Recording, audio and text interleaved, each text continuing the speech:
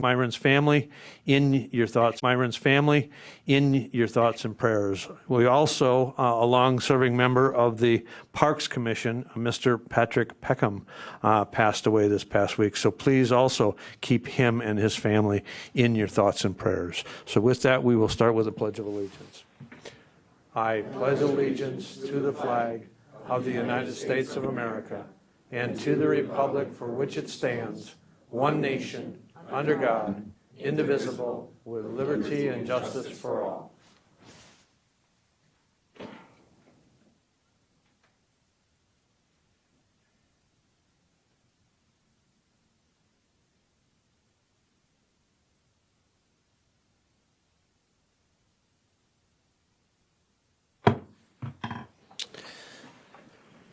Thank you.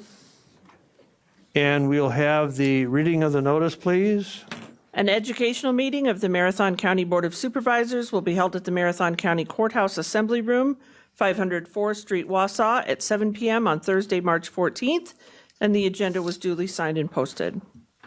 Thank you. And I would like to request everyone silence your cell phones and any other electronic devices as to not to be an interruption to the business meeting, and I thank you for your accommodations. We'll proceed to roll call and ask everyone to please sign in.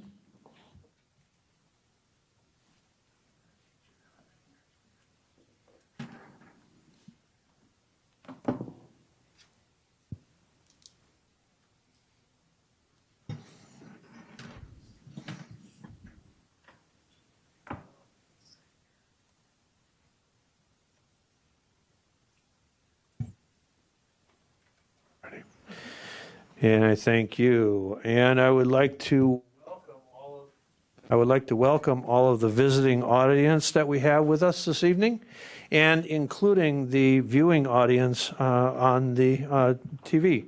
So we'll proceed to the next item on the agenda, and that is public comment.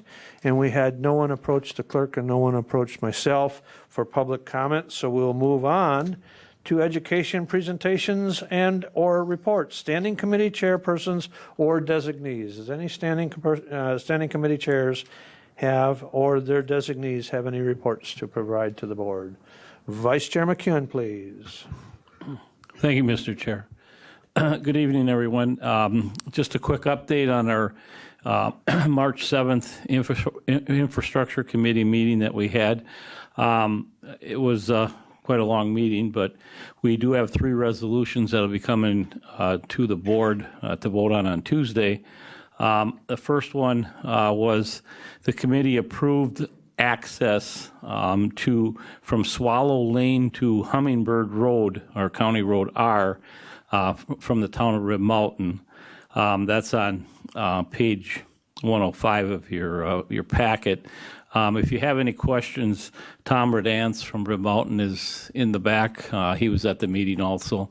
And if you have any questions, I'm sure he'd be happy to answer them. The next resolution we approved was $125,000 budget transfer for a culvert on Highway U. The cost of the culvert was $225,000. However, the highway department already had budgeted $100,000 for it, so the budget transfer is for $125,000. Next resolution, we approved the 2024 Work Zone Awareness Week from April 15th to April 19th. Reason for that is trying to bring awareness and reduce the number of crashes in work zones that is occurring in Wisconsin and nationwide. We also had a discussion on the ordinance, the 12.04, the assembly ordinance. We had not a real productive discussion on it. I guess it was referred back, where we agreed to refer it back to the work group as far as recommendations moving forward. The comments that we received last board meeting were the ones that we discussed, and like I said, we thought it would be best to refer it back to the work group. so they could discuss those concerns. We also had a discussion with Senator Corey Tomczyk and David Stearns from WISDOT about routine maintenance contracts and the shortfalls that Marathon County is experiencing. From what was determined with those talks, Senator Tomczyk and David Stearns are aware that there are shortfalls, and they are working to try to resolve them. However, we've always received payments for all the work that we've done. So, if there are any questions? Any questions for the chairman of the Infrastructure Committee?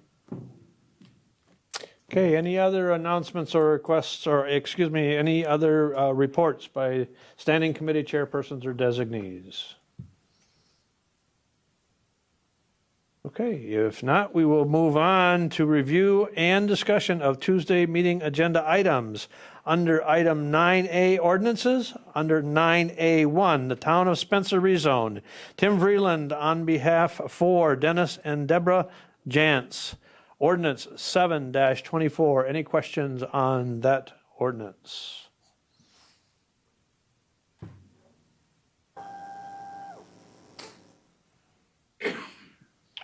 Okay, moving on to item 9A2 from the Town of Wien, a rezone. Tim Vreeland on behalf for Norman and Margaret Borntrigger. Ordinance 0-8-24. Any questions?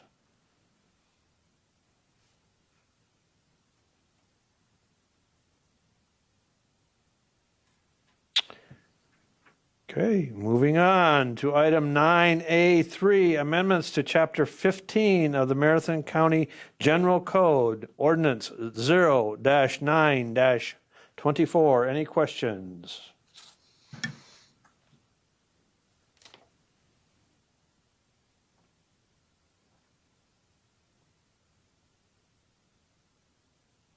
All right, moving on to item 9A4, amendment to Chapter 21 of the Marathon County General Code, Ordinance 0-10-24. Any discussion?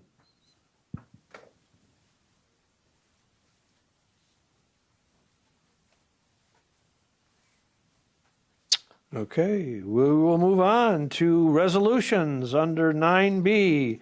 Under items 9B1 from the Environmental Resources Committee, 9B1A, a Town of Wausau Local Zoning Ordinance Amendment, Resolution 4-24. Any questions?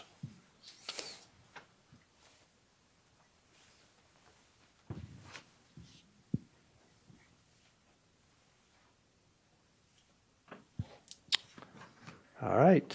Item 9B2, Extension, Education, and Economic Development Committee.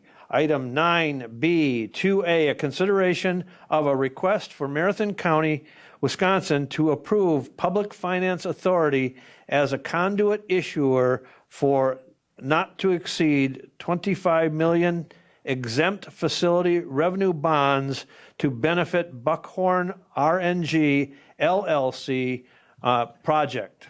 And we have with us Mark Hill on the phone to answer any questions.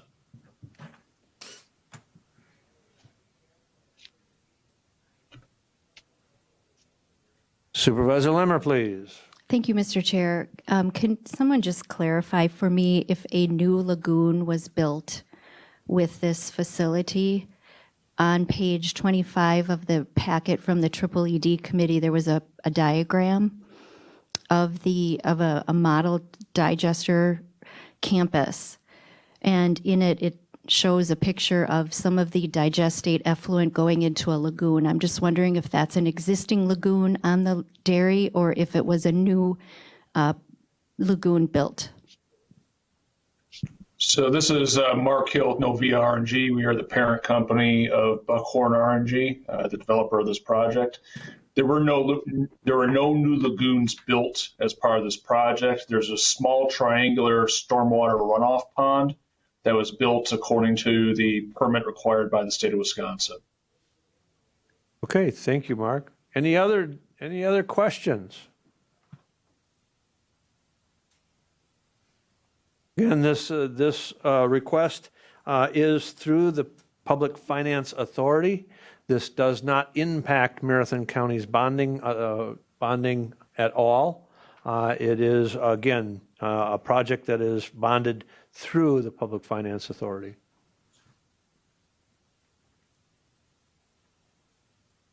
Okay.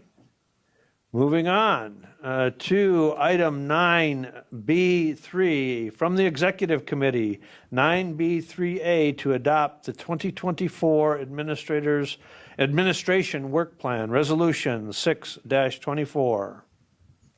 Any questions? The Executive Committee took the Administrator's Work Plan up today after providing feedback to the Administrator on some priorities that each of the Executive Committee members have prioritized.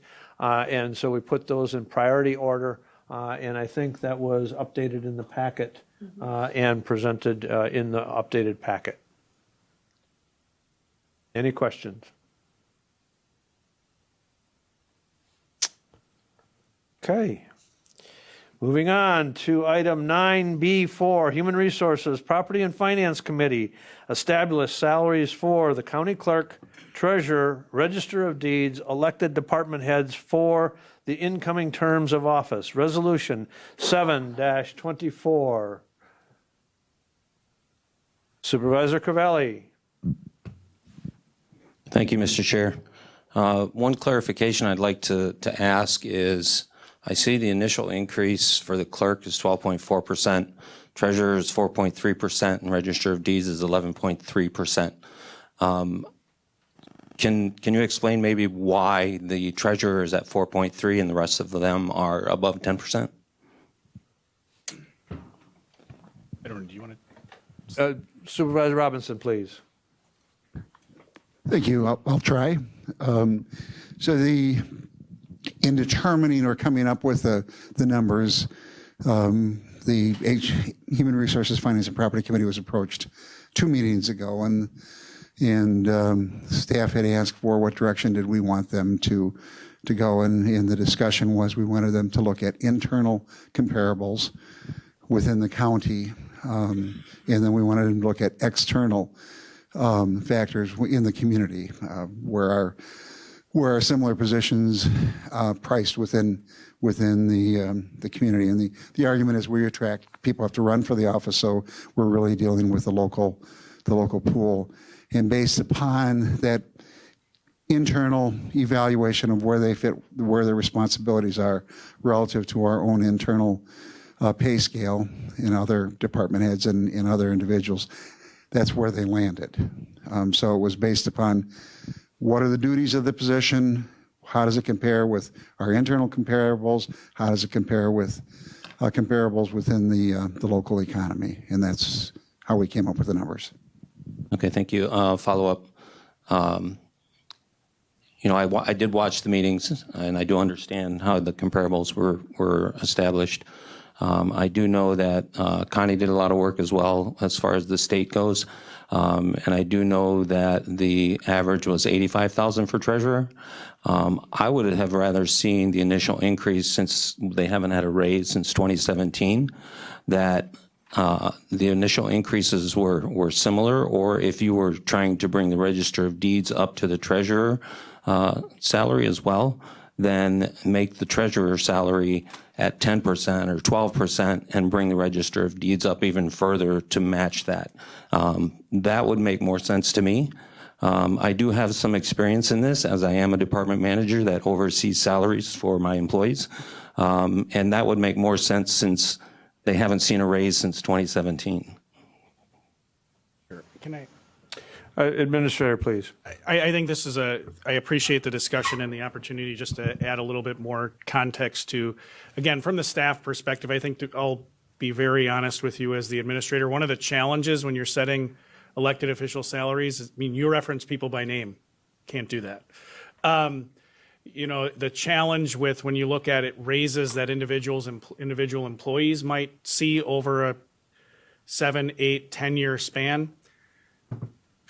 that assumes one thing, and that is the employee has been there for those 7, 8, whatever the year span is. The approach, and this is why we went to the staff went to the HR Finance and Property Committee and asked a very clear question: how do you want us to start? And that is, do you comp to internal positions, or do you look to comparables about other counties?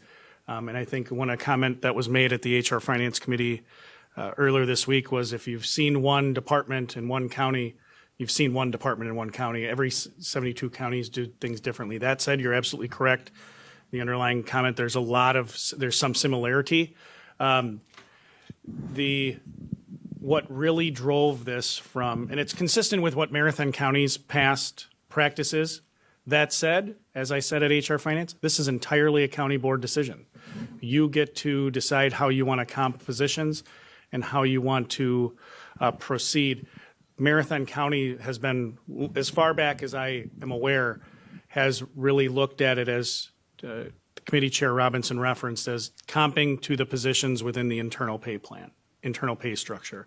If you go on our website, you can see what our internal pay structure is, and within the resolution, you'll see reference to the pay grades.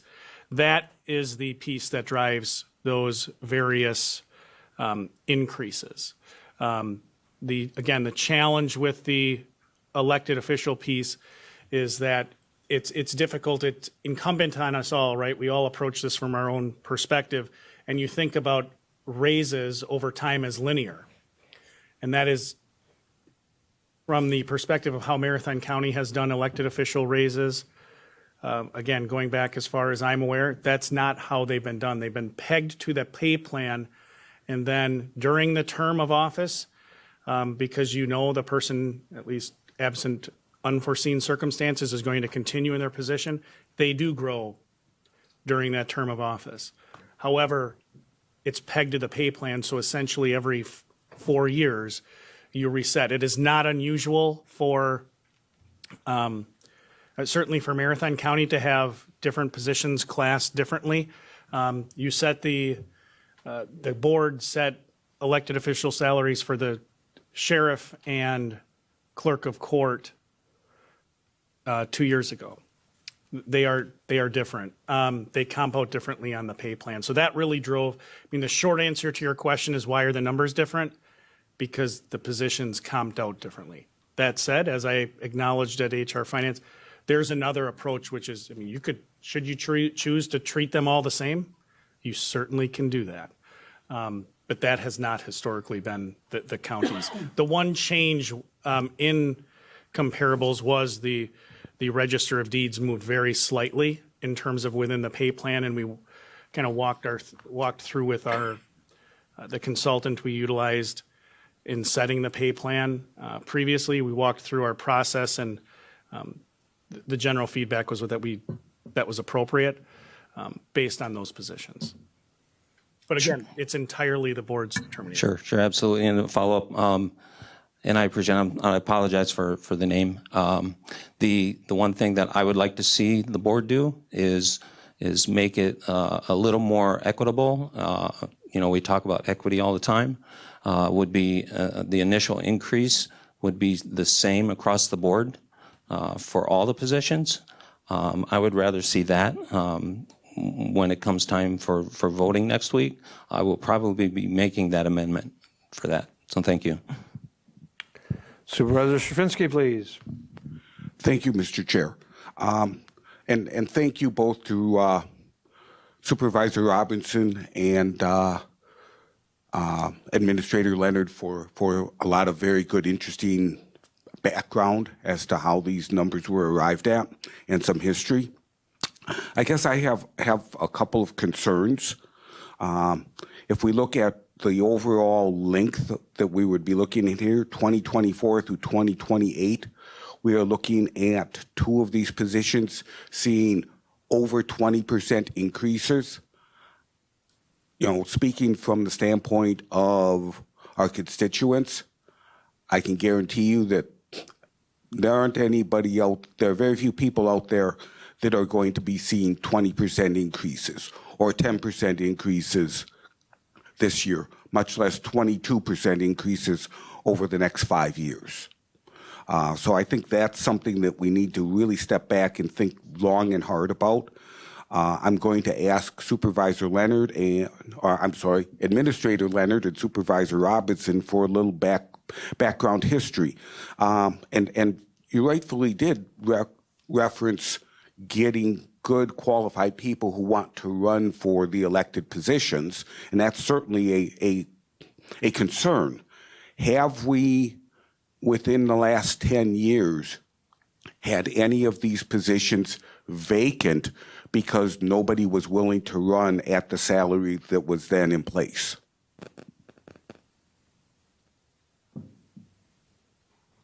Supervisor, we can't hear you as you nod. Supervisor Robinson, please. To the best of my knowledge, no, we haven't. Thank you. I agree with that. My recollection, I mean, I haven't probably paid as close of attention over the 10-year span to those elections, but since I've been in administration, I'm not aware of it. To your earlier point about additional context, I think it's important to note, and as alluded to by Supervisor Cavelli, one of the challenges we have is just by virtue of statute, if the board does not pass a resolution, the salary that is set for each of these positions reverts back to the last approved resolution of the board. So what happened in 2020 was the board engaged, and this is my characterization, so again, I don't hold me to it in terms of my characterization, but I think it provides a background. The board engaged in discussion, and in 2020, March of 2020, interesting time, a lot of economic uncertainty. The board ultimately did not adopt a resolution at that time, so the salary resolution that remained in effect through the last 4 years was the salary that was in place in 2017. So to your point about those increases over that period of time that you're seeing, the current salary, that 83 for the clerk, 73 and 68, those were the salaries in place in 2017. They have not changed since that time. One caveat to that, between 17 and 20, the elected officials received lump sum, that is non-base building increases during those years, equivalent to what the board adopted as part of its annual budget to be applicable to all employees. So, and I don't know that this number is right, but in 2018, if the board adopted a 2% increase for the rest of the employees, each of these elected officials would receive a 2% lump sum payment in that calendar year. Because when the board did not adopt a resolution in 2020, we went back to the resolution from 2016. It did not have that lump sum component, so they have not received any compensation above that base for each of the 4 years of this term. So there have been no increases over the last 4. I know that was probably a little bit difficult to follow, but just want to make sure that's very clear. No, thank you, Mr. Administrator. I think you did a very fine job of documenting why and what, because you look at these numbers and there's a bit of sticker shock, which I think if we approve, we need to be able to justify to the taxpayers of Marathon County why we did that, and I think you did a good job of documenting where we were going with that. I guess the other thing that I would look at here is, and from the perspective of private employers, I can tell you that the one way to see the lowest rate of increase in your salary as a professional is to stay with the same company for 5 or 10 years. You will find yourself seriously undervalued at the end of that period of time as compared to the person who moves, let's say, every 4 to 5 years. So that's just something that's an interesting fact out there in the marketplace. Thank you very much. Supervisor Baker, please. Thank you, Chair Gibbs. So I would encourage anyone who hasn't watched the HR Finance meeting from yesterday to watch that section on when this was discussed.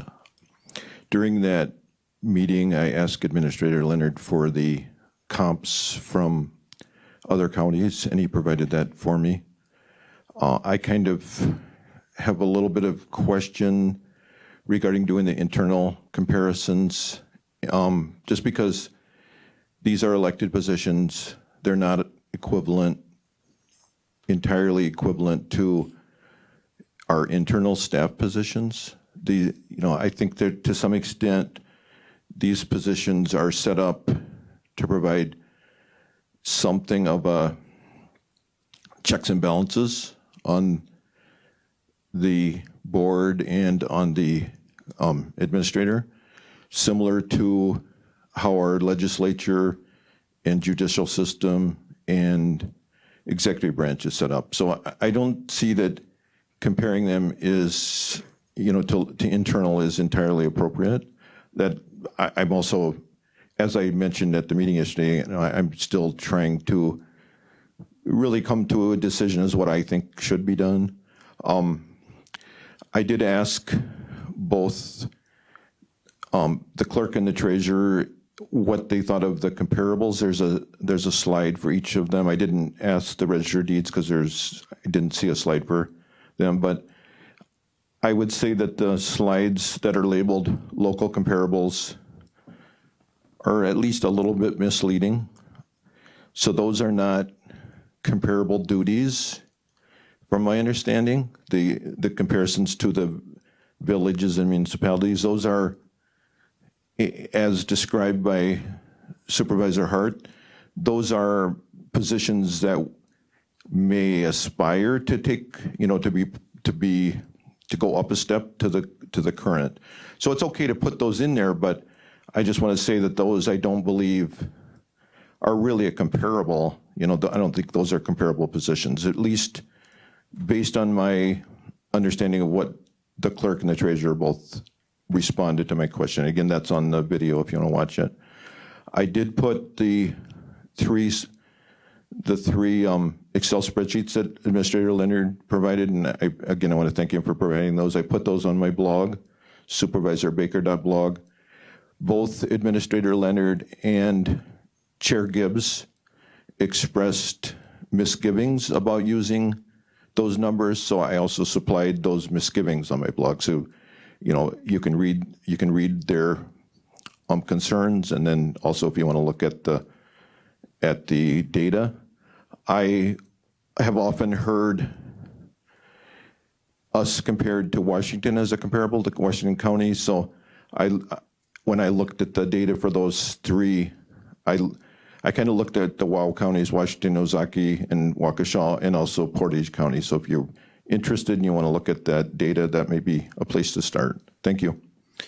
Administrator Leonard, please. I think he wants to make. I want to thank Supervisor Baker. The local comparable slides, I think that is one area where I could have perhaps labeled that differently, but at the HR Finance meeting, we talked about what really comparable means, and it is exactly as Supervisor Baker said. It's not to say that those jobs are necessarily comparable in duties, but the direction from HR Finance 2 meetings ago was to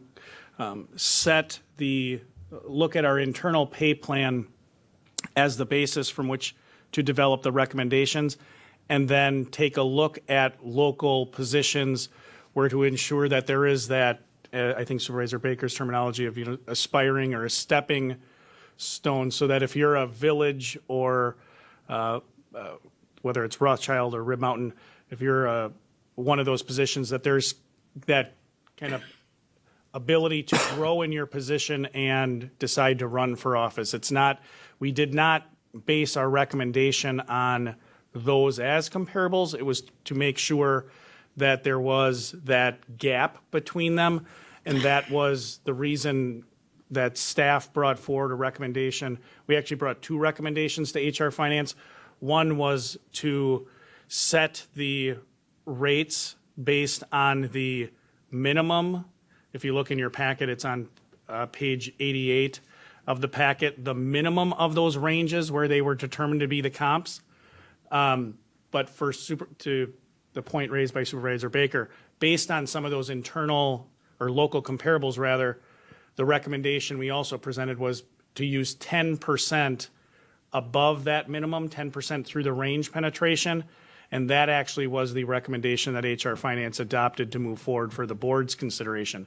So the positions are not, to Supervisor Baker's point, they're not set how we would normally handle a new incumbent in a position, which we hire at the minimum typically. This is moving them slightly through that range, which 10% through the range penetration. I think if you're looking for a ballpark of what that normally would be, assuming strong performance, would be about 2 years. It's determining 2 years of competent performance. That's where the starting rate would be. And then those 3% annual increases, that was actually the resolution adopted by HR Finance. So thank you for triggering that in my mind that, again, that term local comparable isn't to say that the jobs are the same. It's to ensure that there's that growth opportunity. And the other thing, just to point out, again, is this is, and I want to be very clear, I'm not advocating for anything. That's the board. This is the board's purview, just telling you the historical practice. But with those internal comparables with our pay scale, we tried to keep a gap between, or at least a significant growth opportunity between the internal deputy positions in each of the offices, so that, again, you try to get people who are currently doing the work, and deputies in each of these offices are entrusted with all the same duties as the elected official by statute, that they then see the opportunity, should the opportunity present itself, to run for office. So that was the thought process for staff to bring forward the recommendation based on the direction it was given. But certainly you're well within your right to make modifications to any resolution. Supervisor Dickinson, please. Thank you, Mr. Chair. So along the lines, I do agree with Supervisor Baker in the equivalency to the between elected positions and internal department heads. Elected officials have no qualifications or performance reviews or resumes or years of service that are considered in their pay scale. They're elected by their community. And so because of that, I would be more in line with these positions being more equivalent in their pay scale. Additionally, I did watch Washington County's county board meeting last night, and I did watch their February 21st executive meeting. I was surprised in comparison to ours that their three positions are paid the same. I don't subscribe to Supervisor Baker's blog, so I didn't go out there and verify if he has that information. But what their chair had said is they were getting about a 4.5% raise each. And that was for all three, and it would all equate to about a $4,000 pay raise for them. And I don't know how that equates to us. But it would seem to me that elected officials in this kind of position, outside any real stretch between the work that's done, should be paid more equivalently. Now, do I know what that number is? Not necessarily. We could come up with some ideas for how you could give larger pay raises to two of those positions so that they then equal out after the end of the term, after the 4 years. But I would be more in line with that line of thinking. Thank you. Supervisor Robinson, please.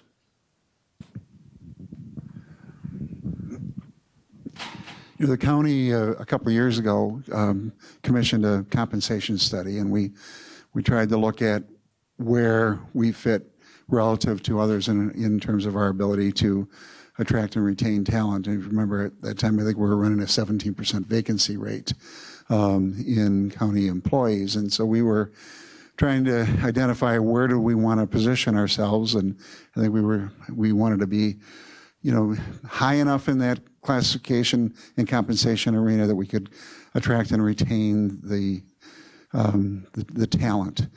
In this case, we're trying to apply those same concepts that were embedded in that study, and we're relying on the professionals in the HR department to look at comparables. Who are we hiring? What's our goal? And we set the salaries, and we don't lower them because they're elected officials and anybody can run for them, but at a level that would be commensurate with the skills within their peers in the local economy and within our government. And I think it's not an exact science, but it's a defendable science.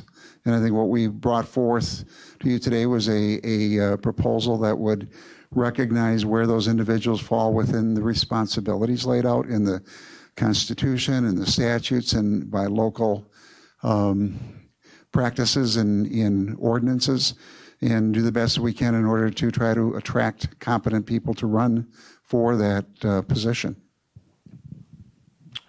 Supervisor Shafinsky, please. Thank you, Mr. Chair. So in looking at the slides, excuse me, I noticed that when you were looking at comparables, I'm not sure that they're truly comparables, and you've addressed that to some extent. What you've done is you've looked at the local area and the municipalities right around the Wausau area. What you have not done, and which seems to be a glaring omission, is there are exactly direct comparables available to us, it would seem.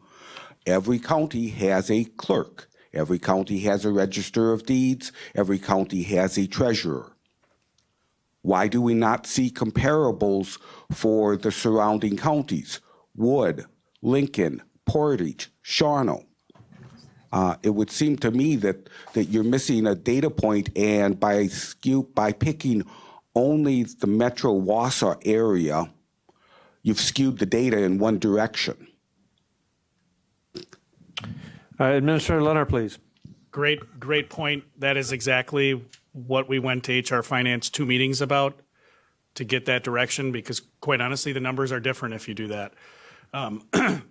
We presented that question, what do you want us to do? Comp to the internal pay, the internal part, or do you want us to go to other counties? Because there are two schools of thought in counties. There are the schools of thought for counties that put all three of those positions, and pay them the same. And then there are counties that, based on the difference of duties, pay them differently. We know that. So that's what we asked. To your point about why did we, now there's logic both ways. You're absolutely spot on. It has been my experience that we do have examples of individuals that hold those offices that previously worked in the offices as deputies or assistants. Both our current Register of Deeds and our current clerk both held positions in those offices before. I am unaware of any circumstance where the clerk from a neighboring county decided to move to a county to run for a clerk's office. But you're spot on. That's why you're vested with this very challenging decision. So good luck to you. But it is that dichotomy of, do you want to comp to the counties, or do you want to have, is it internal pay plan? Because it's a challenge to do both. You either start with one or start with the other, but you're very, very accurate, Supervisor Shafinsky, that if we pulled those data points, Portage County, for example, all three of those positions get paid the same. I can pull up I know their county has set their salaries already. A number of other counties have not.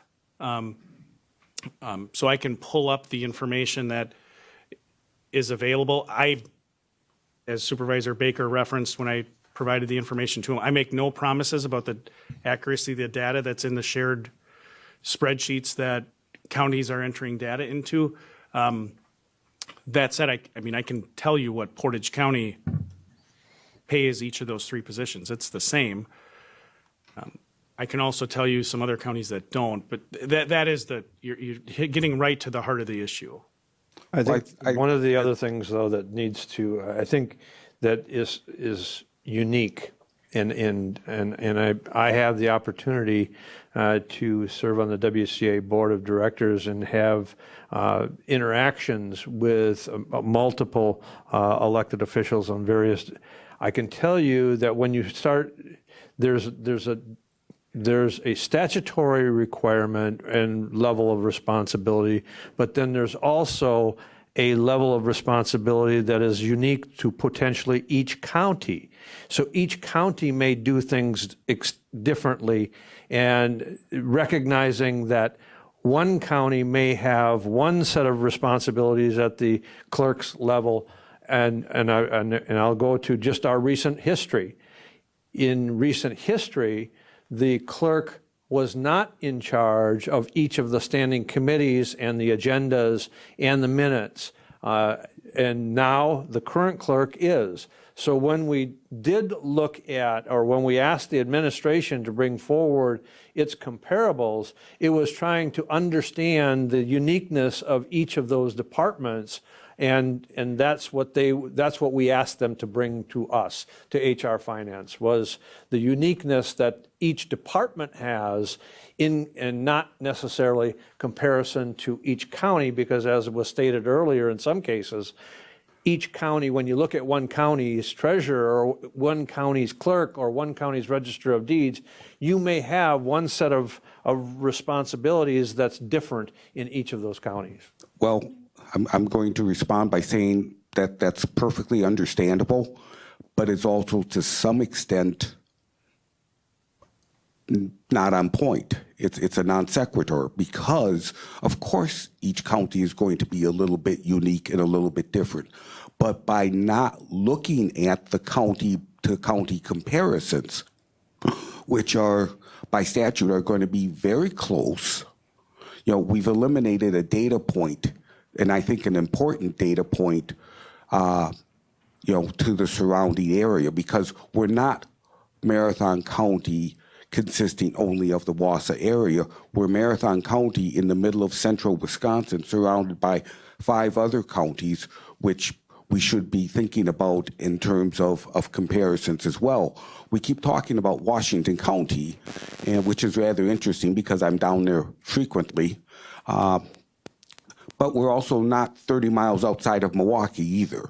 So, let's not stretch the comparison to Washington County too far, because we're not there.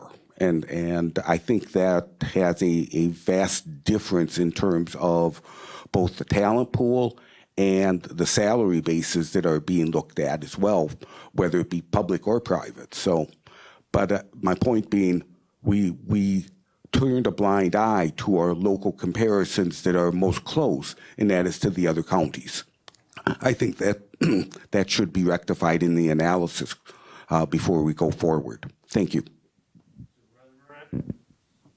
Supervisor Marash, please. Thank you, Mr. Chair.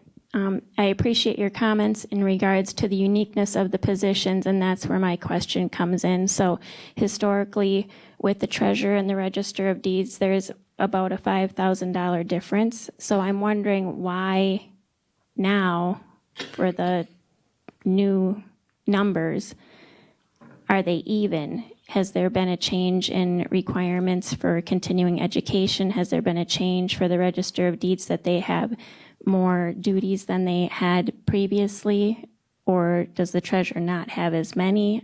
I don't understand why now they're equivalent when before they weren't. I'll allow Administrator Leonard, please. So I think I can answer the question better on our analysis now. I can't speak to how the county, when you look to the slides, they were one pay grade apart historically. That's the reason for that small difference. I don't know what the rationale was then. Our pay compensation strategy that we had, our pay scale had things to look at in terms of very similar to what we have now. When we did the analysis under our current scale, looking at scope of control in terms of department size, the treasurer's office is a department of 3, the register of deeds is a department of 4. Their duties, while different, are similar in terms of exposure, are again, similar in terms of autonomy and overall scope.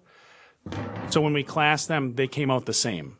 It's really not a substantial difference from the previous. The big gap, and I think it's inherent in what everyone's talking about, there is a significant difference when you look at that analysis relative to the clerk position. When we did the analysis, our team did the analysis, the difference, really, when you get to the heart of it, our consultant said the same thing.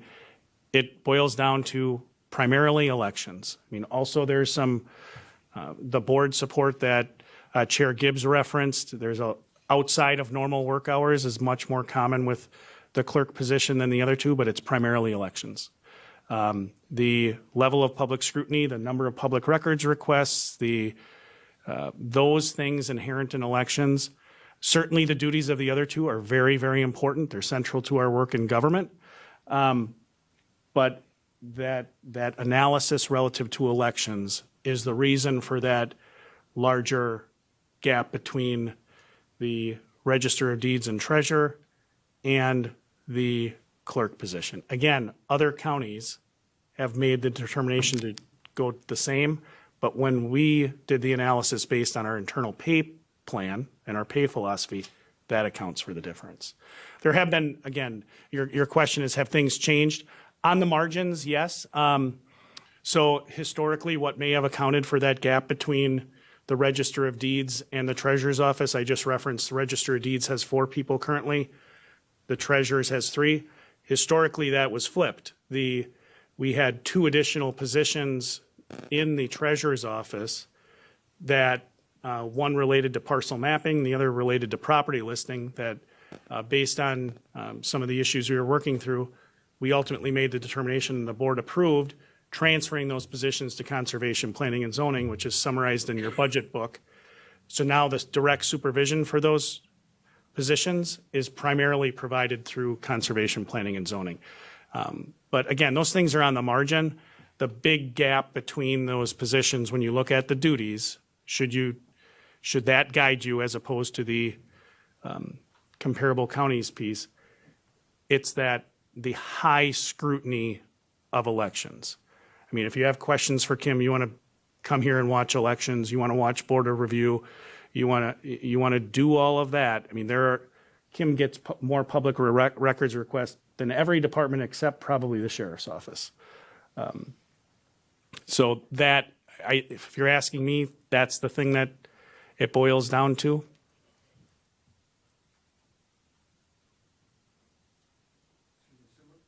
Supervisor Baker, please. Thank you, Chair Gibbs. So in response to Supervisor Stravinsky's comments, I had that was the exact same question I had, and that is the data that's on the blog.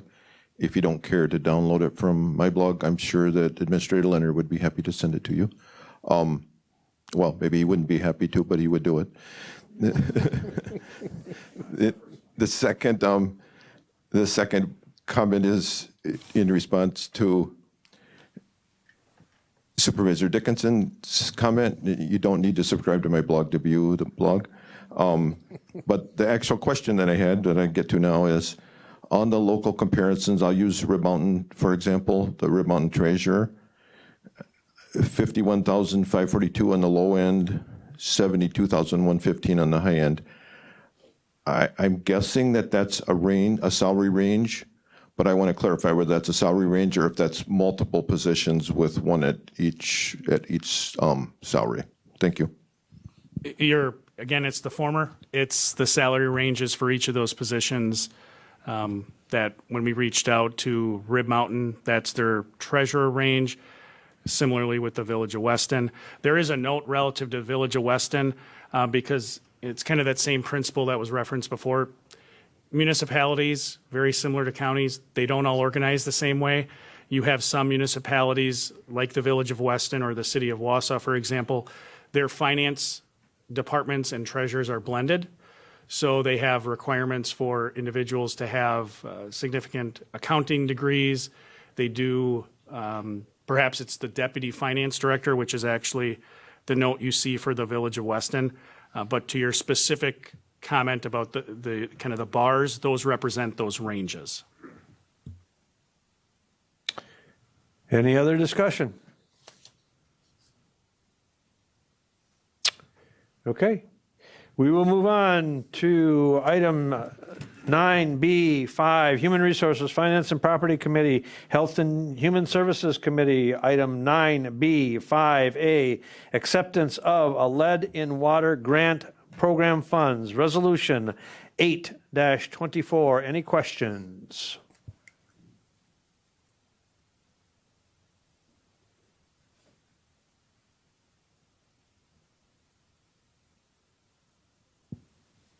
Okay, we'll move on to item 9B, 5B, acceptance of a nicotine prevention Alliance of Central Wisconsin Nicotine Delivery Grant Program funds, resolution 9-24.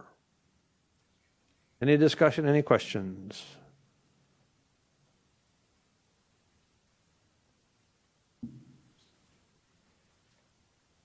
All right, we'll move on to item 9B6 from Human Resources, Finance and Property Committee and Environmental Resources Committee. Item 9B6A, a budget transfer request for acceptance of the Wisconsin Department of Natural Resources Surface Water Grant. Funds in the amount of $99,670 for the aerator and monitoring at the Big O Plain. Resolution 10-24. Any questions?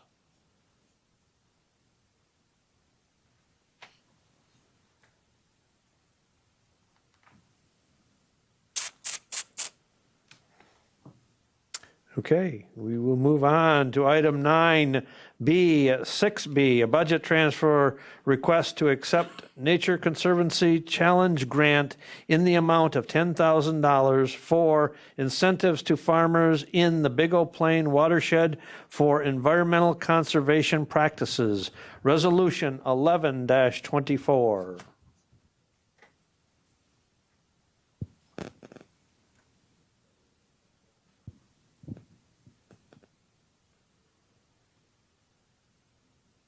Okay, we'll move on to item 9B, 6C, a budget transfer request to accept Department of Agriculture and Consumer Trade and Protection Nutrient Management Grant in the amount of $1,350 for incentives for farmers to implement practices related to nutrient management.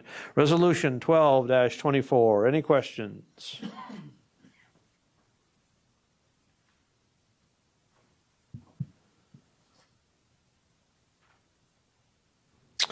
Item 9B, 6D, a budget transfer request to accept the Good Idea Mini Grant in the amount of $8,000 to implement phosphorus reducing filter strips. Resolution 13-24. Questions?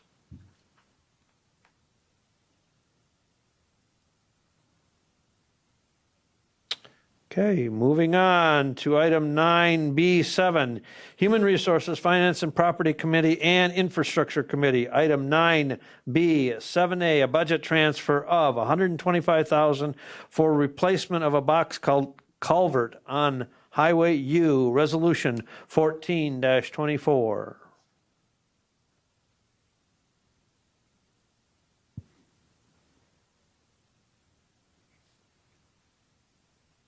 And moving on, from the Infrastructure Committee, item 9B8, 9B8A, vehicular access from Hummingbird Road, County Road R to serve Jarvis property, an extension of Swallow Lane. Resolution 15-24.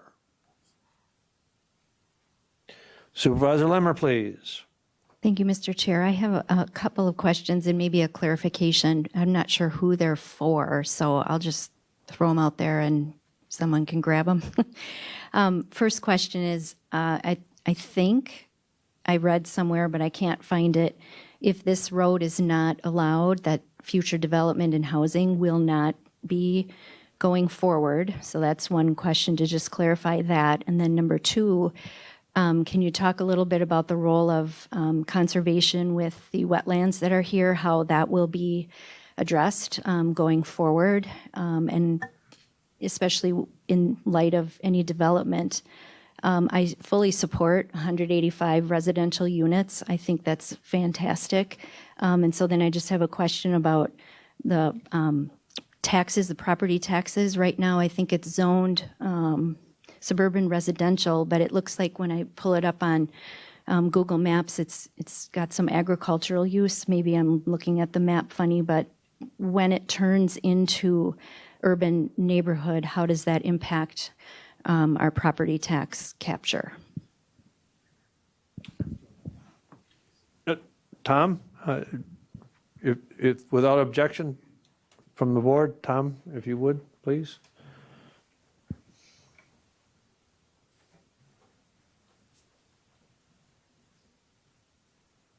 Hello?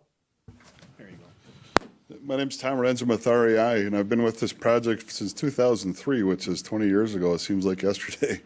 Long story short, this was the borrow pit. The two big ponds on the Jarvis property were the borrow pit to construct Highway R. And there were two times that we were allowed to, the county was allowed to fill wetlands in this area. Was one when they built Highway 51, and the second is when we did this project. And so what we did is we worked with the DNR. We allowed the wetland fills to get the haul road, so we didn't have to have any trucks on the county roads or the state highways.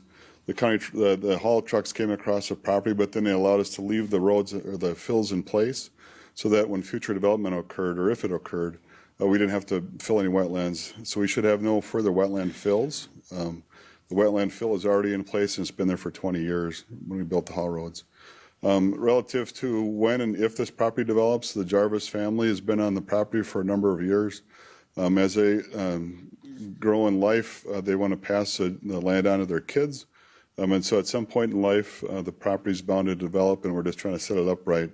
The issue is that it'd be a long cul-de-sac to get down into there. Both Marathon County Subdivision Ordinance and the Rib Mountain Subdivision Ordinance only allows a cul-de-sac 500 feet long. To develop this, we'd have a cul-de-sac over 3,000 feet long. So the interest is, public health, safety, and welfare to get a road out to Hummingbird so that fire trucks, emergency services have a second way in and out. Supervisor Opal?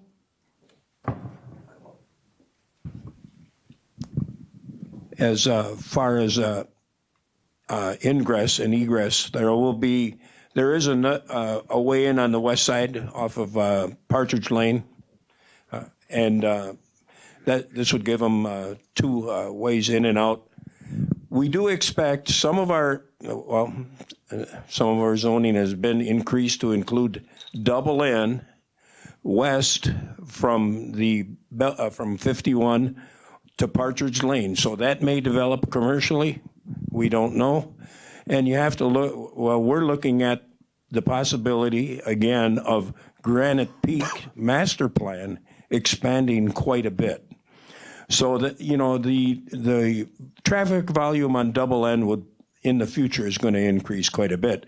And I would assume the residents, if we do not use the Swallow Lane access, the residents would also have to have to use that double N thoroughfare also. So it gives them another way in and out.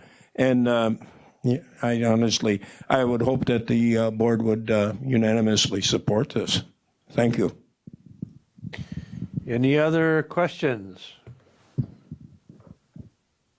Thank you, Tom. Thank you, Al. We'll move on to item 9B, 8B, Work Zone Awareness Week Resolution. Resolution 16-24. Any questions?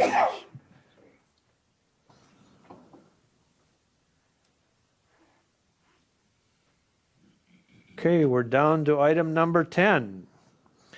Closed session administrators eval. If somebody is so inclined to read the motion.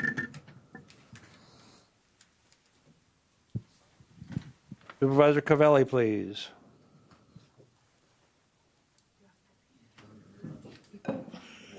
The motion must be read. The motion needs to be read out loud. I'm sorry. Oh, I'm sorry.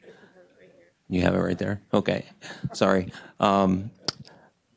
Motion to go into closed session, roll call vote required pursuant to Wisconsin Statute 19.85(1)C for the purpose of considering performance evaluation data of any public employee over which the governmental body has jurisdiction or exercises responsibility, to wit, evaluation of the county administrator. Is there a second? Second by Supervisor Sherfinsky. Roll call vote is required. I'd ask the clerk to call the roll. They can vote on there. We can use the voting machines. So please proceed to vote.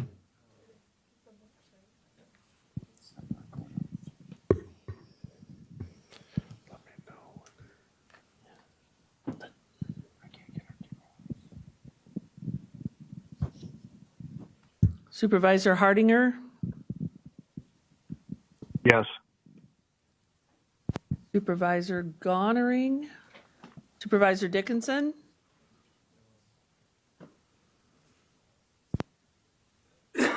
Yes. thank you. Supervisor Vensky,